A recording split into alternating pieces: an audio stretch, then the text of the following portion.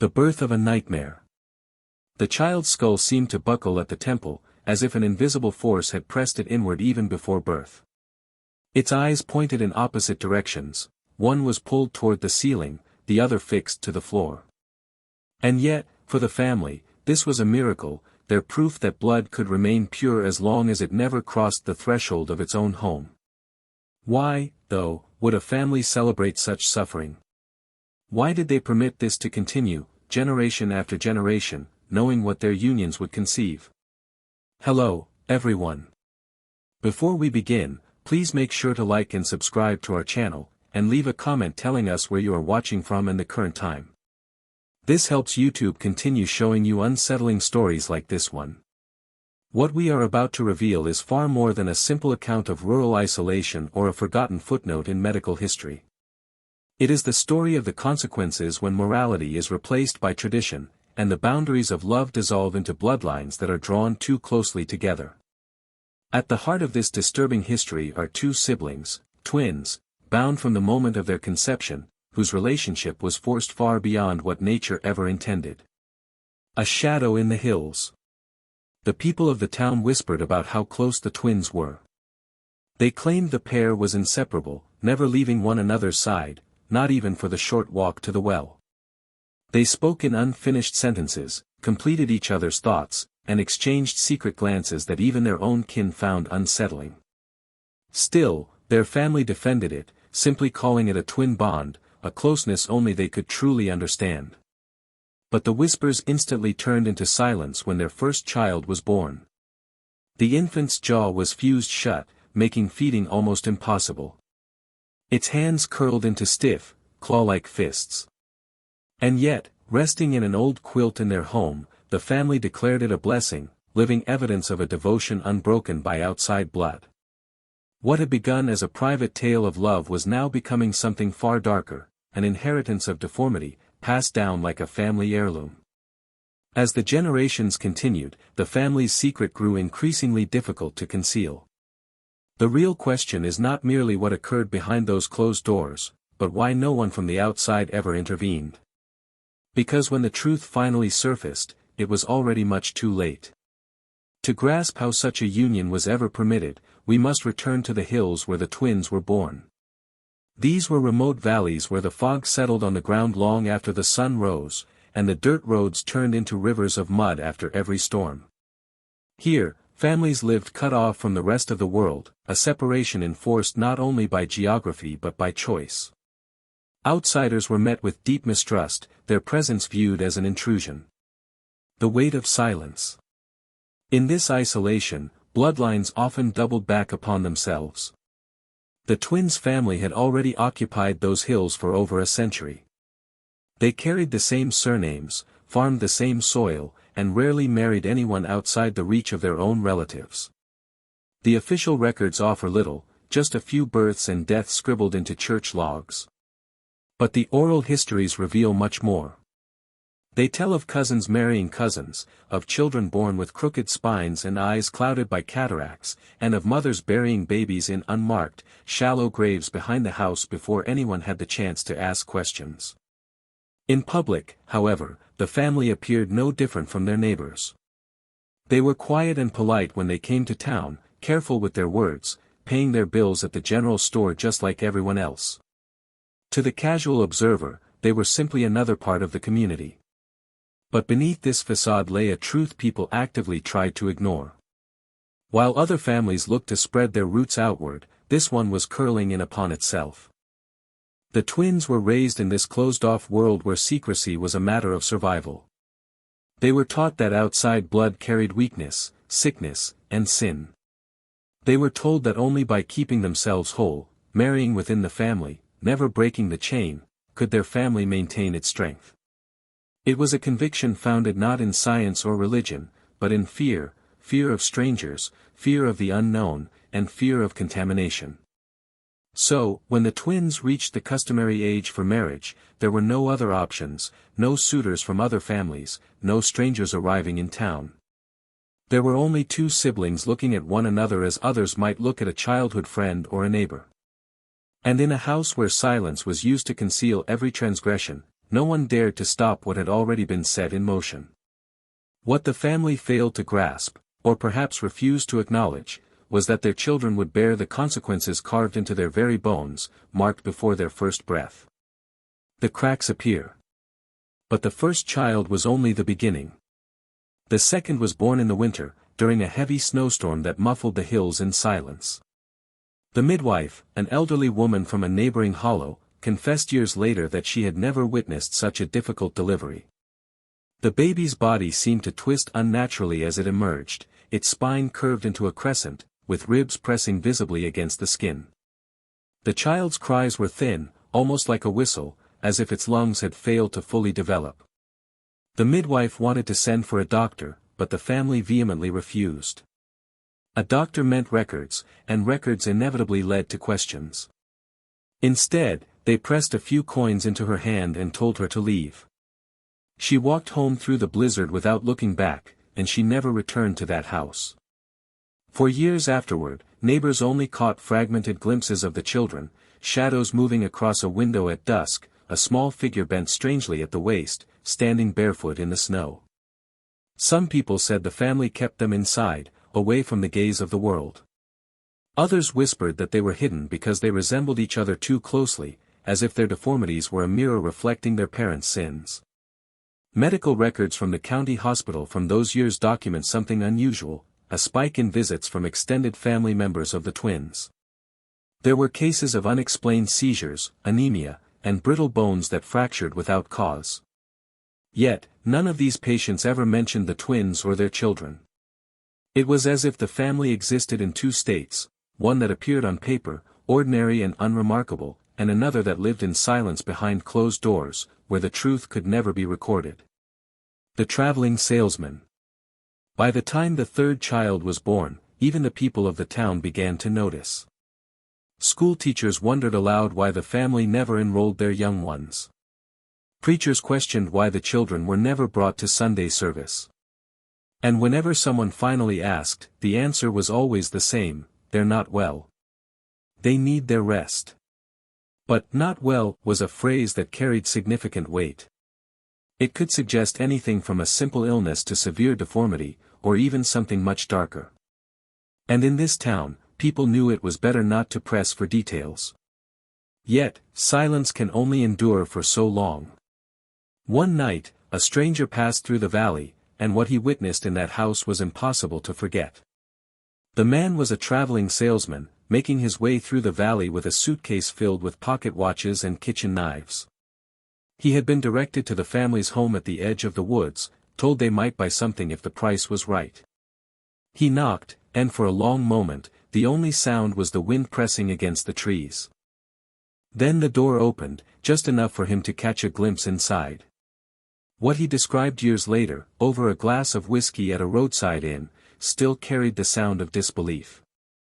The children, he said, were clustered near the hearth. One was slumped, its chin resting unnaturally on its chest, unable to lift its head.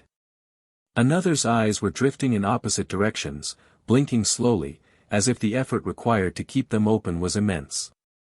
The smallest child was crawling instead of walking, dragging legs that appeared too weak to bear its weight. The salesman claimed he froze, unsure if he was seeing sickness, deformity, or something worse. The mother quickly appeared, blocking his view, her smile strained and her hands visibly trembling.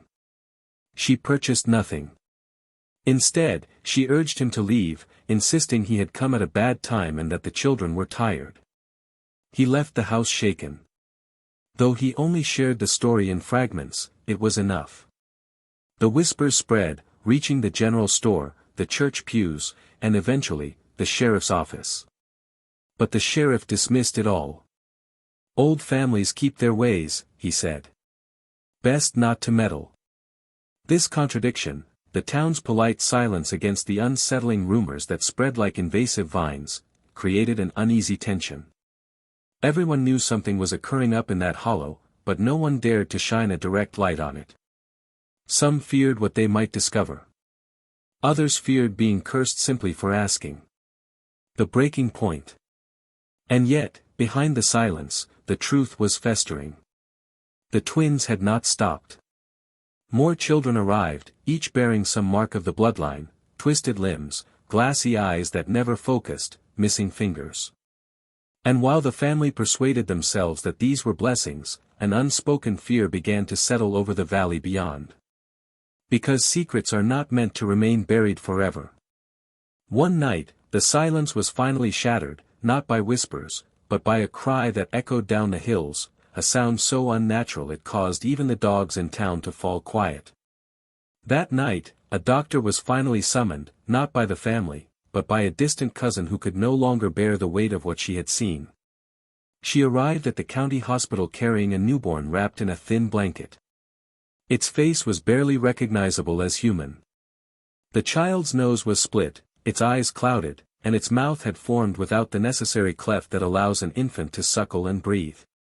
The doctor's notes, preserved in a crumbling county archive, are brief but devastating. He wrote that the child exhibited signs consistent with consanguineous parentage. In simple terms, this was not an accident, it was the inevitable result of bloodlines folding in on themselves. The cousin desperately pleaded with the doctor not to contact the authorities. She claimed that if word got out, the family would never forgive her. She insisted they would rather secretly bury the child than allow anyone to speak of it again. The doctor agreed, writing only that the child did not survive, and the body was quietly returned to the family's care. No record of a burial exists. But the silence had cracked. A nurse who assisted in that delivery carried the memory for decades. On her deathbed, she told her daughter of the baby and of the family who treated its suffering as if it were simply destiny. It was that confession, passed down silently like an heirloom, that ensured the story would not die when the family wished it to. The lingering presence. Not long after, something highly unusual occurred. The twins completely vanished from all town records. No census entry, no church attendance, no more purchases at the general store. It was as though they had dissolved into the forest itself, taking their children with them. Some suggest they fled to escape the authorities. Others believe they never actually left, only burying themselves deeper into the hollow, away from all eyes but their own. Yet, the silence outside only amplified the horror within. For years later, hunters in the valley swore they could hear voices in the night, thin, broken calls echoing across the hills. These were not the sounds of children playing, but something distorted, drawn out, carrying a note of pain. If those cries were real, it meant only one thing: the bloodline had not ended, it had merely hidden itself. If you are still watching, you are already braver than most. Tell us in the comments, what choice would you have made if this was your bloodline? Years passed, and the family's name faded from a tangible presence to an elusive shadow. The hollow where they once resided was avoided. Hunters would walk wide circles around it. Children dared one another to climb its paths, but very few ever actually did. For those who got close enough, the air itself felt wrong, heavier, thicker, carrying the damp scent of iron and rotting wood. One man, decades later, recalled stumbling upon the remains of their homestead. The cabin was half collapsed, its roof sagging inward, the windows shuttered from the inside. He swore he could hear faint movement when the wind pushed against the boards, as though something inside was still shifting in the dark. He did not dare to stay. What he did find scattered in the dirt near the steps was more disturbing: tiny, worn-through shoes, far too small for any adult, a cracked porcelain doll whose face was broken in half, and a spoon, blackened with age, bent at an angle that suggested desperate strength rather than careless use. These were fragments of lives once lived in total secrecy, lives never acknowledged outside those walls. The final revelation. Yet the most chilling account came not from the townsfolk, but from a former nurse who had worked in the county hospital during the years of silence. She claimed she received a late-night knock at her door. Standing outside was a young boy, pale and trembling, his eyes mismatched in color. He was unable to speak clearly, his jaw appeared twisted, and his words spilled out in broken syllables. But he carried a note, written in a woman's hand. The note pleaded for medicine. It asked for discretion, not for a diagnosis or for help beyond the medicine. The boy took the package she gave him and disappeared into the trees, never to be seen again. She never told a soul until her final days, when she whispered to her own children that she had seen the proof the family still lived long after the town believed them gone. What haunted her most was not the boy's appearance, but his silence. He looked at her with eyes that carried a depth no child should bear, eyes that seemed to ask for help even as his lips could not form the words. If the family truly survived in that hollow, unseen and unheard, it meant their story was not yet finished. It meant the cries, the deformities, and the hidden generations had continued. But the final revelation would prove more unsettling than anyone could have anticipated. When researchers finally tracked down the fragments of this story, decades after the twins' disappearance, they uncovered not a clean ending, but a lingering presence. Old county maps revealed property lines still bearing the family's name, despite taxes not having been paid in years. Genealogists found birth records that stopped suddenly, but burial records that never corresponded. And hikers, even in recent times, have reported hearing the same thing, a faint sound carried through the trees, something between a song and a cry, echoing down the valley long after nightfall. The most disturbing clue came from a box of photographs unearthed in a courthouse basement. They were unlabeled and warped with age, but one image stood out. A family was gathered on the porch of a weathered cabin. The mother's face was blurred, the father's gaze was locked forward. But the children, their features twisted just enough to unsettle the eye, their heads tilted at unnatural angles. The photograph was never assigned to a case or linked to a name, as if those who found it had chosen silence over truth. Some believe the family eventually died out, the bloodline collapsing under its own weight. Others suggest their descendants live on, scattered under new names, carrying hidden fragments of the deformities beneath clothing, beneath silence. And there are those who whisper a darker theory, that the family never left the hollow at all, that they remain there still in whatever form time has twisted them into, surviving in the shadows. Their voices are carried on the wind like warnings. The horror of this story is not only in the secrecy, the pain carved into the children who never chose their fate, or the deformities. The horror lies in the complicity, the silence of the neighbors, the refusal of the authorities, the decision of an entire town to look away while a family imploded behind closed doors. It serves as a stark reminder of what occurs when blood becomes a prison, when love collapses into obsession, and when communities permit darkness to fester in exchange for peace. And so, the question remains long after the last record fades, was the family truly extinguished, or are their descendants still among us, carrying those same shadows in their bones? The hills are quiet now, but listen closely, and you may still hear it. A cry that is not quite human, not quite gone. A sound that tells us their story never truly ended.